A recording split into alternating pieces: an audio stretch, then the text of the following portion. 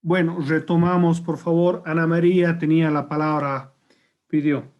Lo escuchamos. Sí, doctor. O sea, sin querer polemizar sobre este punto, hemos visto que en otros países se han iniciado juicios de solicitud, los mismos familiares de los pacientes para poder tener la autorización. Porque hay que saber, doctor, la parte médica. Eso es lo principal. Si uno no sabe qué es una esclerosis múltiple, jamás va a poder estar en situación del paciente.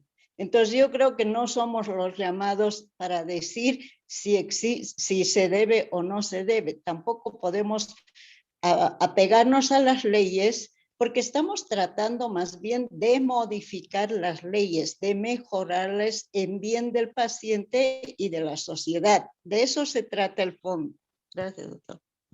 Claro que sí, ahí ese era el intento y el deseo que se buscaba de provocar un debate, de que cada una de las posturas sea marcada, que pueda demostrar con argumentos el por qué la eutanasia es buena o por qué la eutanasia es mala.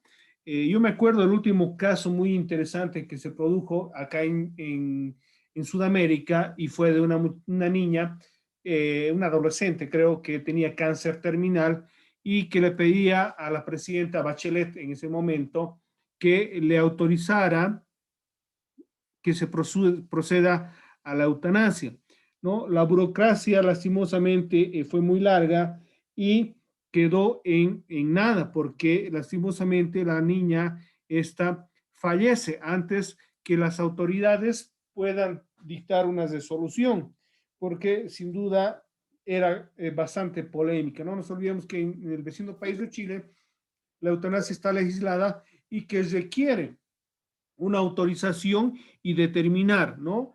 Aspectos como, por ejemplo, que se encuentra una persona con una enfermedad terminal. ¿Y qué significa una enfermedad terminal?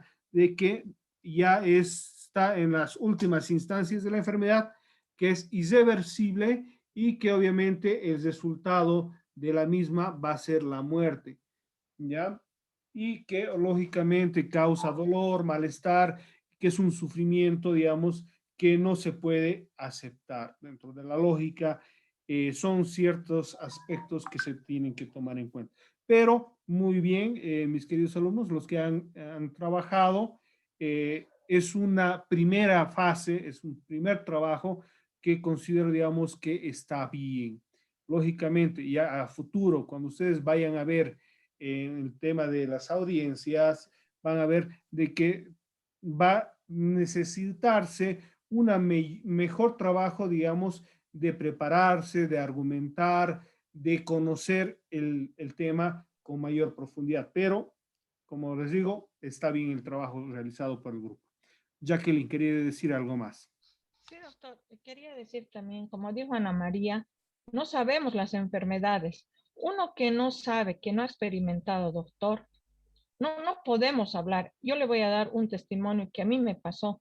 Cuando yo lo tuve a mi hijito, a mi segundo hijito, con cesárea, mi esposo es médico y el anestesiólogo dijo, no me gusta atender a parientes de mis colegas, siempre pasa algo. Y justo me había puesto más anestesia y me dejó en estado de vegetal 2 minutos, doctor. Entonces, una persona que vive ese momento, por ejemplo, yo hablaba y decía, ¿qué me pasa? ¿Qué me pasa? Mi esposo me estaba operando y le decía, Rubén, ¿qué me pasa? ¿Qué me pasa? Pero ellos no me escuchaban, pero yo escuchaba lo que decían, oxígeno, oxígeno, que le hemos puesto, o sea, así. Imagínense, yo 2 minutos he vivido así y me han hecho reaccionar. Imagínense que hay personas que hasta 5, 10 años viven en esa vida vegetal. Qué desesperante, qué traumante es, doctor, que usted sienta a las personas, a sus familiares y que no les oiga. O sea, yo decía, ¿qué va a ser de mi vida? ¿Qué va a ser? Como también decía mi compañero Jonathan, voy a hacer una carga, porque no voy a reaccionar, me van a tener como un vegetal. Eso es eutanasia, yo hubiera querido ahí, aunque sea si hubiera seguido así, mover mis manos, escribir y decir que me dejen morir, porque ¿para qué voy a vivir así, traumada, estresada de que yo quiera hablar y ellos no me oyen, pero yo siento todo? Ahora, por ejemplo, en esas enfermedades terminales del cáncer, doctor, yo estudié medicina y la verdad he visto cómo sufren de dolor, doctor. Ni el calmante más grande del mundo les calma. Rascan la tierra, rascan el suelo. Entonces, ¿para qué hacer sufrir a esa gente si no va a haber cura? Entonces, es preferible hacerles descansar en paz, ¿no? Y hay muchas enfermedades, como Ana María dice, esclerosis múltiple, que no pueden mover sus músculos, ya están duros y dependemos de alguien. Entonces, a eso era, teníamos muchas cosas por decir. Como le digo, este tema es muy amplio.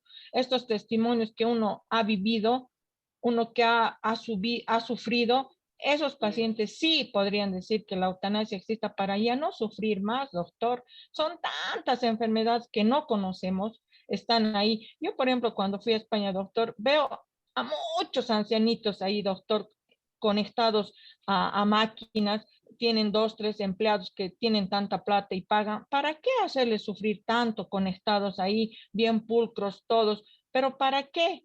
Interiormente el paciente está deshecho. Yo no sé, por eso yo digo, no, yo estoy a favor de la eutanasia, porque yo también unos 2 minutos lo he vivido, doctor. Ya, claro que sí. Lógicamente, nuevamente llegando, digamos, a la definición del trabajo, eso se buscaba ir a plantear un debate, ¿no?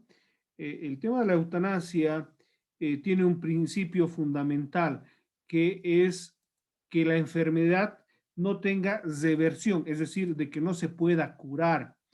Eh, Ahí se agarran muchas veces los médicos y dicen, no, pero es que la ciencia médica hoy en día está avanzando, está a pasos gigantados y que va a haber la posibilidad mañana, pasado, de poder incluso, digamos, poder curar enfermedades que hoy en día se consideran pues incurables, el cáncer, el SIDA, eh, otras enfermedades que pueden ser, digamos, muy dolorosas, que también lógicamente van a ir pasando. Pero sin duda, hoy en día sabemos de que hay personas que se encuentran con el deseo latente de poder terminar con su sufrimiento. Yo les comento, ¿no? Mi experiencia propia. Mi abuelo, por ejemplo, estaba con cáncer terminal de páncreas y lastimosamente no había mayores posibilidades de darle una mayor atención. El médico nos dice, bueno, llévenselo a su hogar porque ya no hay nada más que hacer. Entonces, en el hogar, lo único que hemos podido darle es diferentes calmantes más fuertes, más fuertes, más fuertes, porque obviamente los dolores eran pues insoportables. Y llegado al momento, bueno, él fallece, pero sin duda el sufrimiento que ha pasado mi abuelo de más o menos unas 2 semanas ha sido pues lógicamente un dolor bastante fuerte a él y lógicamente la familia que ha tenido que observar sin muchas veces la posibilidad de darle una mejor situación, ¿no? Pero sin duda es muy interesante, les agradezco. Doctor, Ana María, sí, perdón, lo escuchamos, Jonathan, perdón. sí, doctor, yo expuse sobre la contraparte, ¿no? De que estoy en contra, doctor, pero usted también, a ver, desde el punto de vista, o sea, yo entiendo, todos tenemos derecho a opinar al respecto de tomar decisiones y todo eso, pero doctor, estamos en una sociedad que está legislada y regida por leyes, ¿no? Y estas leyes son de cumplimiento obligatorio, o no sé, por ahí me estoy equivocando, doctor, a lo que digo y a lo que hemos expuesto y lo que hemos dicho, nos hemos basado, como di, este tema va a ser más amplio, ¿no, doctor? Y vamos a abarcar a profundidad, pero hemos dado lo más importante y más que todo de que se entienda realmente, ¿no? Que hemos hablado desde el vistamente teológico, de que solamente Dios puede quitar la vida. Ahora, me dirán, pero no vamos a verle sufrir y todo lo demás. Existe la medicina paliativa en la que he hablado, ¿no, doctor? En que se va a tratar el tratamiento psicológico y como usted ha dicho, se le va a suministrar un poco de dosis y todo lo demás. Y digamos, una opinión no puede estar encima de la constitución política del Estado en la que dice de que se reconoce y se respeta el derecho a la vida. Y a través de esta implementación se tendría que modificar, incorporar e interpretar, ¿no, doctor? A lo que yo me voy, ¿no? Sin ofender a las observaciones que han hecho nuestros compañeros. Y usted, doctor, ¿qué opina en el término teológico y jurídico en cuanto a la eutanasia? Ya, me agarra un poquito, digamos, conflictuado porque yo he vivido, ¿no? He podido padecer, si vale el término, el sufrimiento de un familiar que se ha encontrado en esas circunstancias y, lógicamente, yo lo que quería en esos momentos en los cuales he vivido con mi abuelo era evitarles todo el sufrimiento. Pero no nos olvidemos que en nuestra legislación la eutanasia está prohibida, está castigada, ¿no? El realizar una eutanasia constituye un delito. Ahora, a diferencia de otros países en los cuales es más viable, es más diligente la posibilidad de solicitar esta eutanasia, ¿no? Son circunstancias muy diferentes, también sociales. Si nos vamos al tema, digamos, social, moral, incluso hasta religioso, es lógico, ¿no? Que ninguna persona puede quitar la vida a otra persona, ¿no?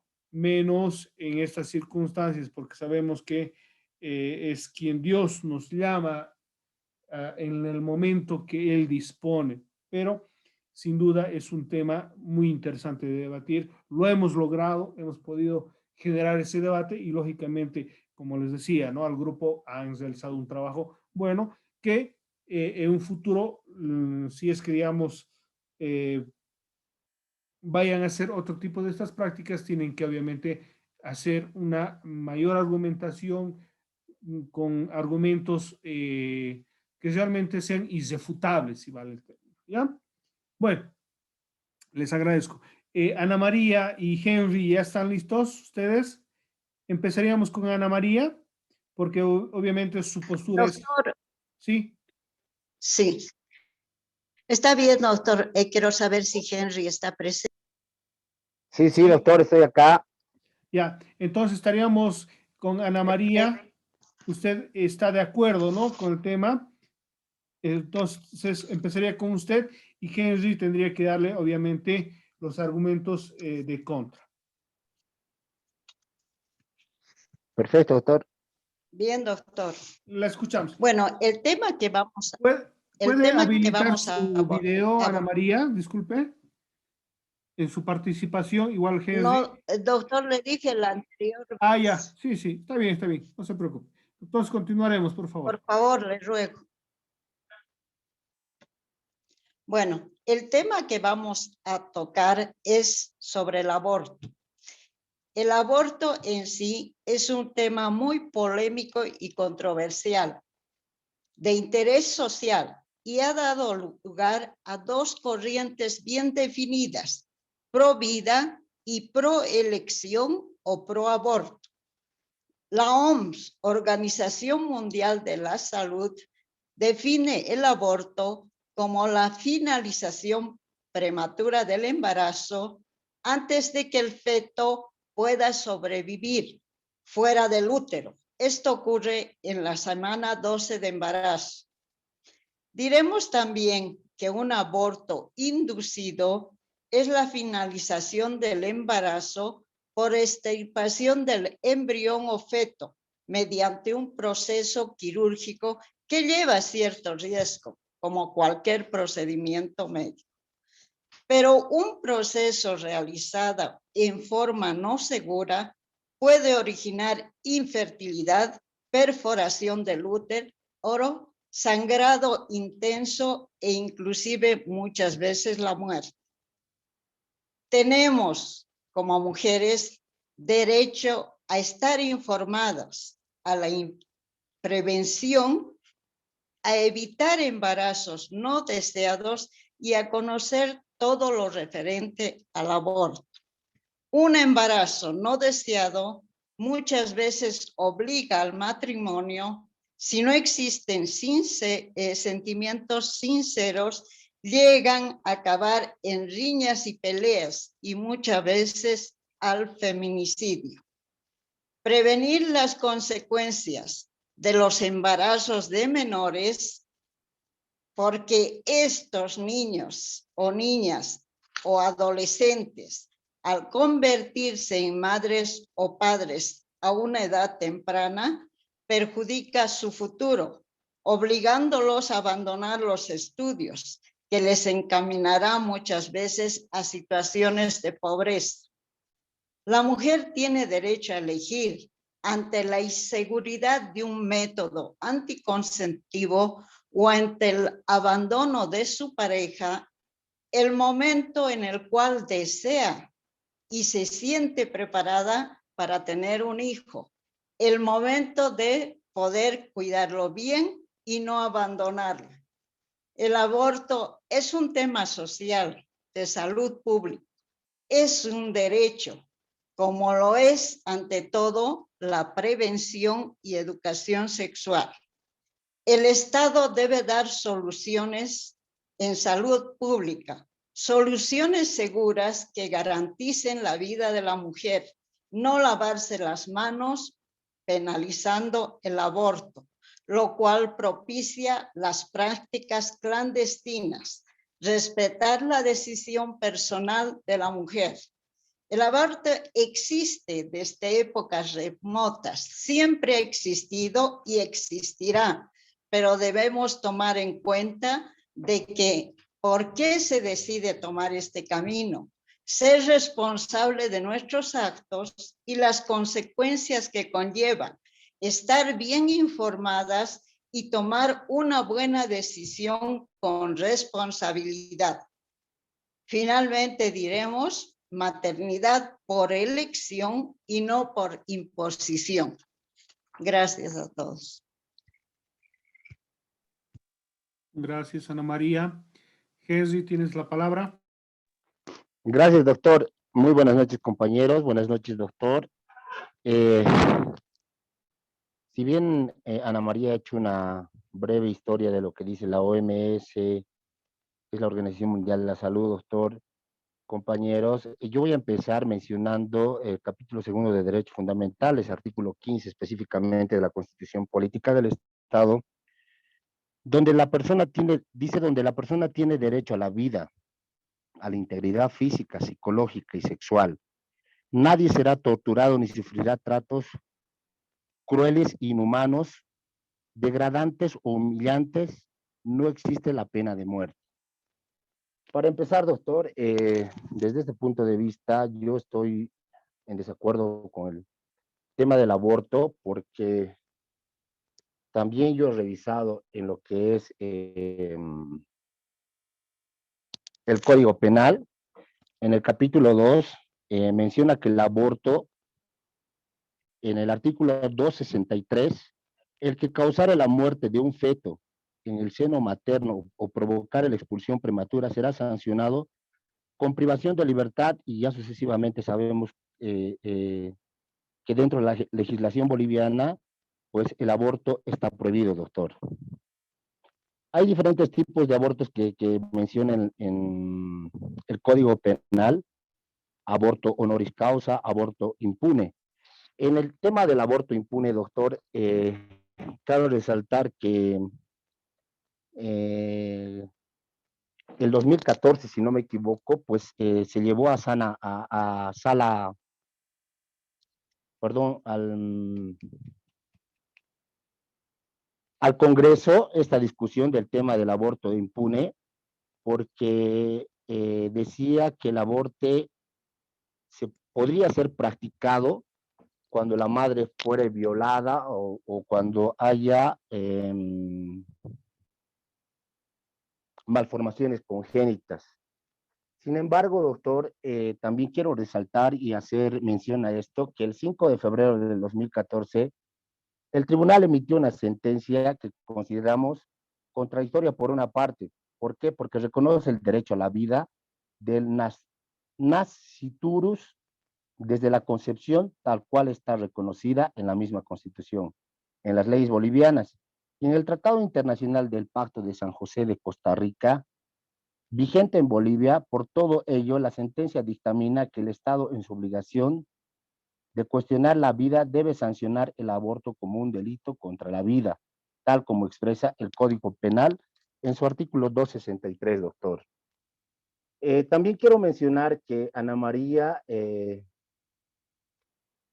dijo en su preámbulo dentro de la Organización Mundial de la Salud, doctor, que el aborto es prácticamente la muerte de un feto, ¿no es así? También quiero mencionar que dentro de lo que dijo Ana María, doctor, supuestamente hay estudios que perjudican a los progenitores. En ese sentido hay una contradicción. ¿Por qué? Porque la irresponsabilidad de la gente y de los jóvenes ahora, doctor, si bien ahora hay muchísima información en el tema del cuidado para no llegar a embarazarse una jovencita prematuramente y que no haya padres jóvenes irresponsables que no sepan qué hacer con un niño, que es bastante amplio ahora, porque antes, por ejemplo, todavía ocultaban y no había ese conocimiento profundo para que las personas tengan cuidado, pues, y no traigan hijos por la irresponsabilidad que tiene cada una de las personas. En ese sentido también, doctor, dentro de una resolución ministerial de salud, la 0027 del 29 de febrero del 2015, dispone que hay una contradicción también con el artículo 266, de que podría darse la situación del aborto en caso de malformaciones congénitas. Sin embargo, esta resolución ministerial de los servicios de salud tienen la obligación de hacer nacer también, doctor, a estos fetos que vienen con malformaciones congénitas. Otra cosa importante que yo encontré, doctor, dentro de lo que es la Corte Interamericana de Derechos Humanos, lo que más protege en sí, es a la mujer, porque se ha visto, doctor, que hay datos estadísticos donde la mujer realmente queda afectada en cada aborto que se practica dentro de nuestro estado o ya sea en otros estados. Entonces, en ese sentido, como decía antes, la Corte Interamericana de Derechos Humanos, en su artículo 4.1, lo que más protege es a la gestora, que es la madre en este caso, doctor. Eso sería mi intervención, doctor. ¿Ya? Doctor, ¿Sí? ¿Quieres, sí, quieres bueno, responder? ¿puedo añadir algo más? Sí. Claro que sí, claro que sí. Bueno, como es un debate, bueno, yo voy a decir, evidentemente el aborto está legislado, regulado en nuestro país y sabemos muy bien cuándo. Uno, cuando corre peligro la vida de la madre. Dos, cuando hay malformaciones en el embrión o el feto. Y tres, en caso de violación. No estamos hablando de esto porque esto ya está regulado. Entonces, estamos hablando de otros temas que han surgido. Porque si vemos, por ejemplo, que alrededor de 56 millones de abortos se realizan cada año en el mundo, con una aproximación del 45% realizados en forma insegura. Tenemos los parámetros estadísticos de lo que está sucediendo en la realidad. Es por eso que la Argentina, por ejemplo, últimamente ha aprobado la ley esta de permitir, como dije, un aborto seguro, pero por supuesto que tiene que ser decidido y definido por la persona que va a ser sometida. Nadie más puede interferir, ni el Estado, ni las leyes, ni la sociedad, ni los médicos, nadie. Simplemente es la mujer que tiene que ver el camino más correcto y lo que más seguridad le da en su vida futura. Eso, doctor. Doctor, Sí, tienes la palabra. doctor, si bien es cierto que la mujer o la pareja en este caso tiene que decidir de la situación en la que se encuentra, pues primero está la prevención, ¿verdad? Primero está la prevención de la pareja, tanto de la mujer como del hombre, para que así, o sea, por la irresponsabilidad de cada uno de nosotros como personas ya, y sabiendo lo que estamos haciendo y lo que nos va a conllevar a traer a una temprana edad, se puede decir, a un niño, es irresponsabilidad de nosotros mismos. Entonces, en ese entendido, yo lo veo desde el punto de vista de primero la prevención para que no suceda este tipo de cosas, doctor.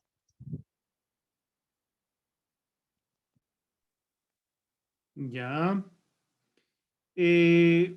Otro tema bastante polémico, el aborto, ya que ahí encontramos posturas muy importantes. Hace un tiempo atrás se hablaba y decía, ¿no? Un grupo de mujeres decía, ¿no? Mi cuerpo, mi decisión. Pero no nos olvidemos de que es una vida que muchas veces debe ser protegida porque no tienen voz, no tiene voto en la toma de decisiones.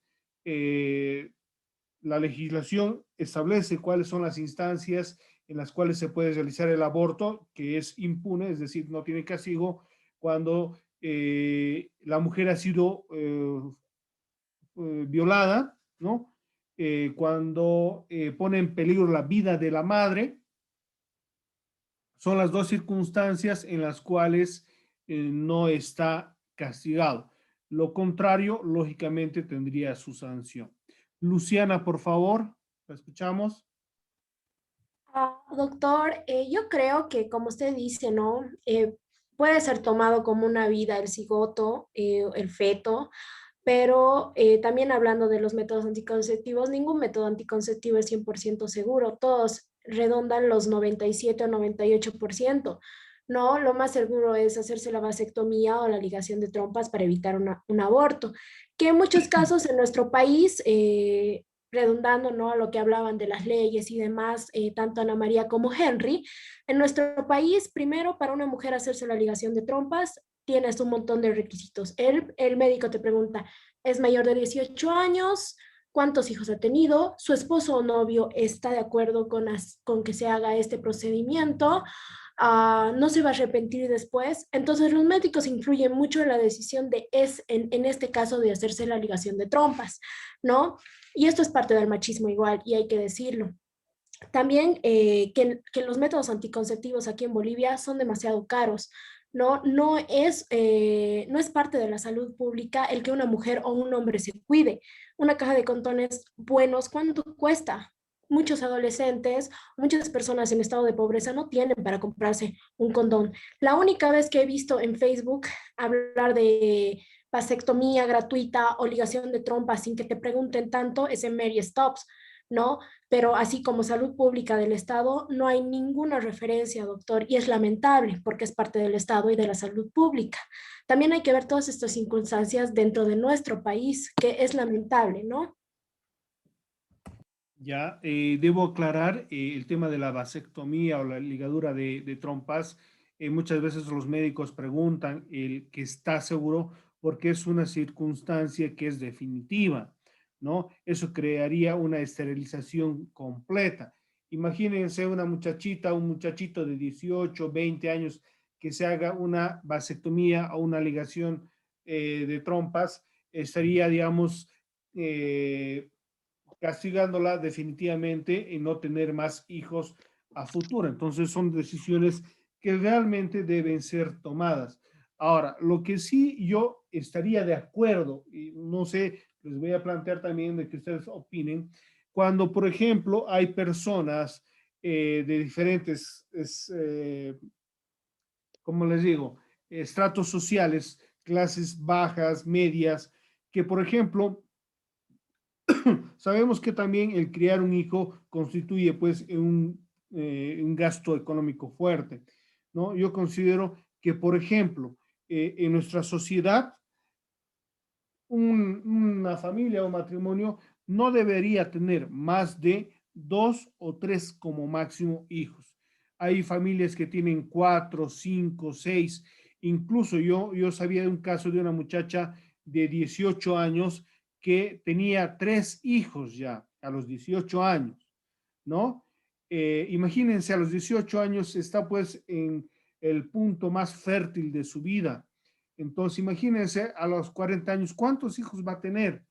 A esas personas se les debería sugerir, ahí sí, una ligadura de trompas, al, al hombre una vasectomía, ¿no? Pero también son circunstancias, obviamente, que son decisiones personales, nuevamente. No se puede obligar, pero debería haber, digamos, un poco, digamos, de educación reproductiva, si vale el término, antes, como decía Henry, de llegar, digamos, a una etapa, digamos, de suspender un embarazo. Pero es una opinión personal.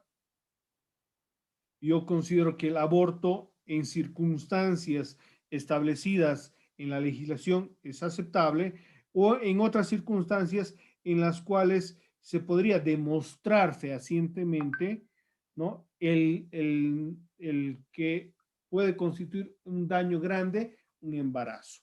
Ana María tiene la palabra, por favor. Sí, doctor. Cabe recalcar que en este tema, por ejemplo, lo que se trata de la religión no ingresa, no entra, porque felizmente somos un país laico y evidentemente no podemos mezclar los temas con la religión, para empezar.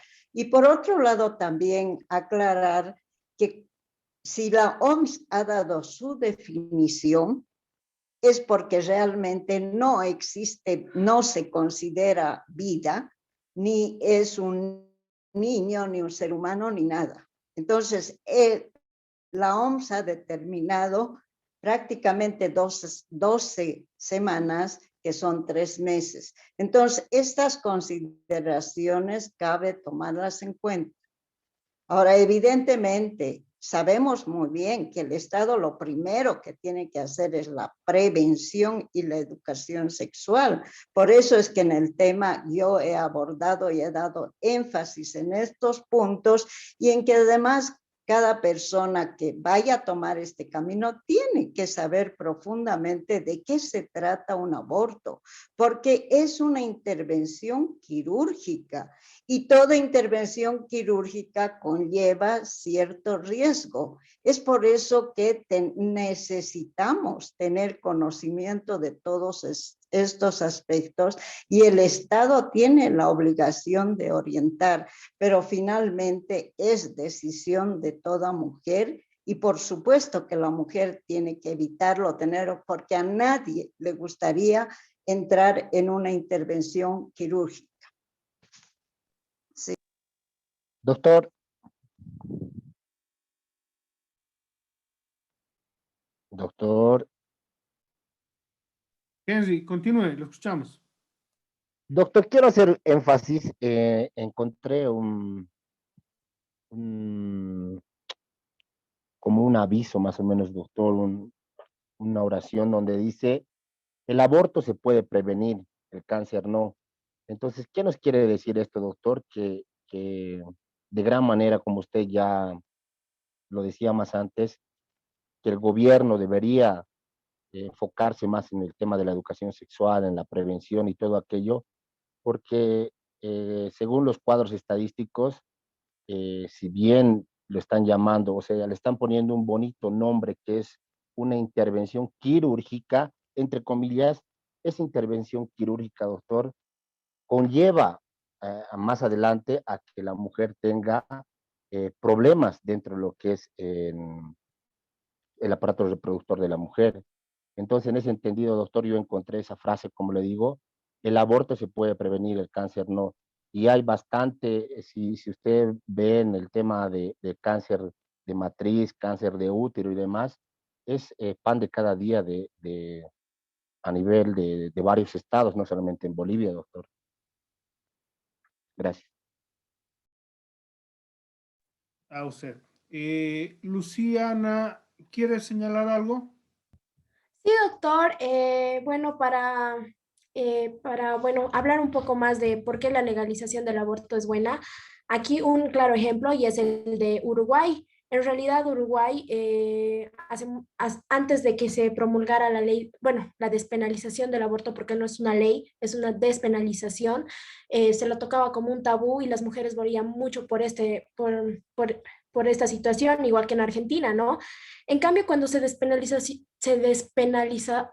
despenalizó el aborto, eh, el gobierno hizo más énfasis en ya no tomarlo como un tabú, en realidad lo tomó como algo que se debería enseñar, se debería dar folletos el por qué no es bueno realizarse un aborto, los colegios, las mujeres que van a los hospitales para realizarse un aborto en realidad reciben terapia psicológica antes de realizarse un aborto, los médicos las guían cómo va a ser el procedimiento para realizarse esta intervención quirúrgica.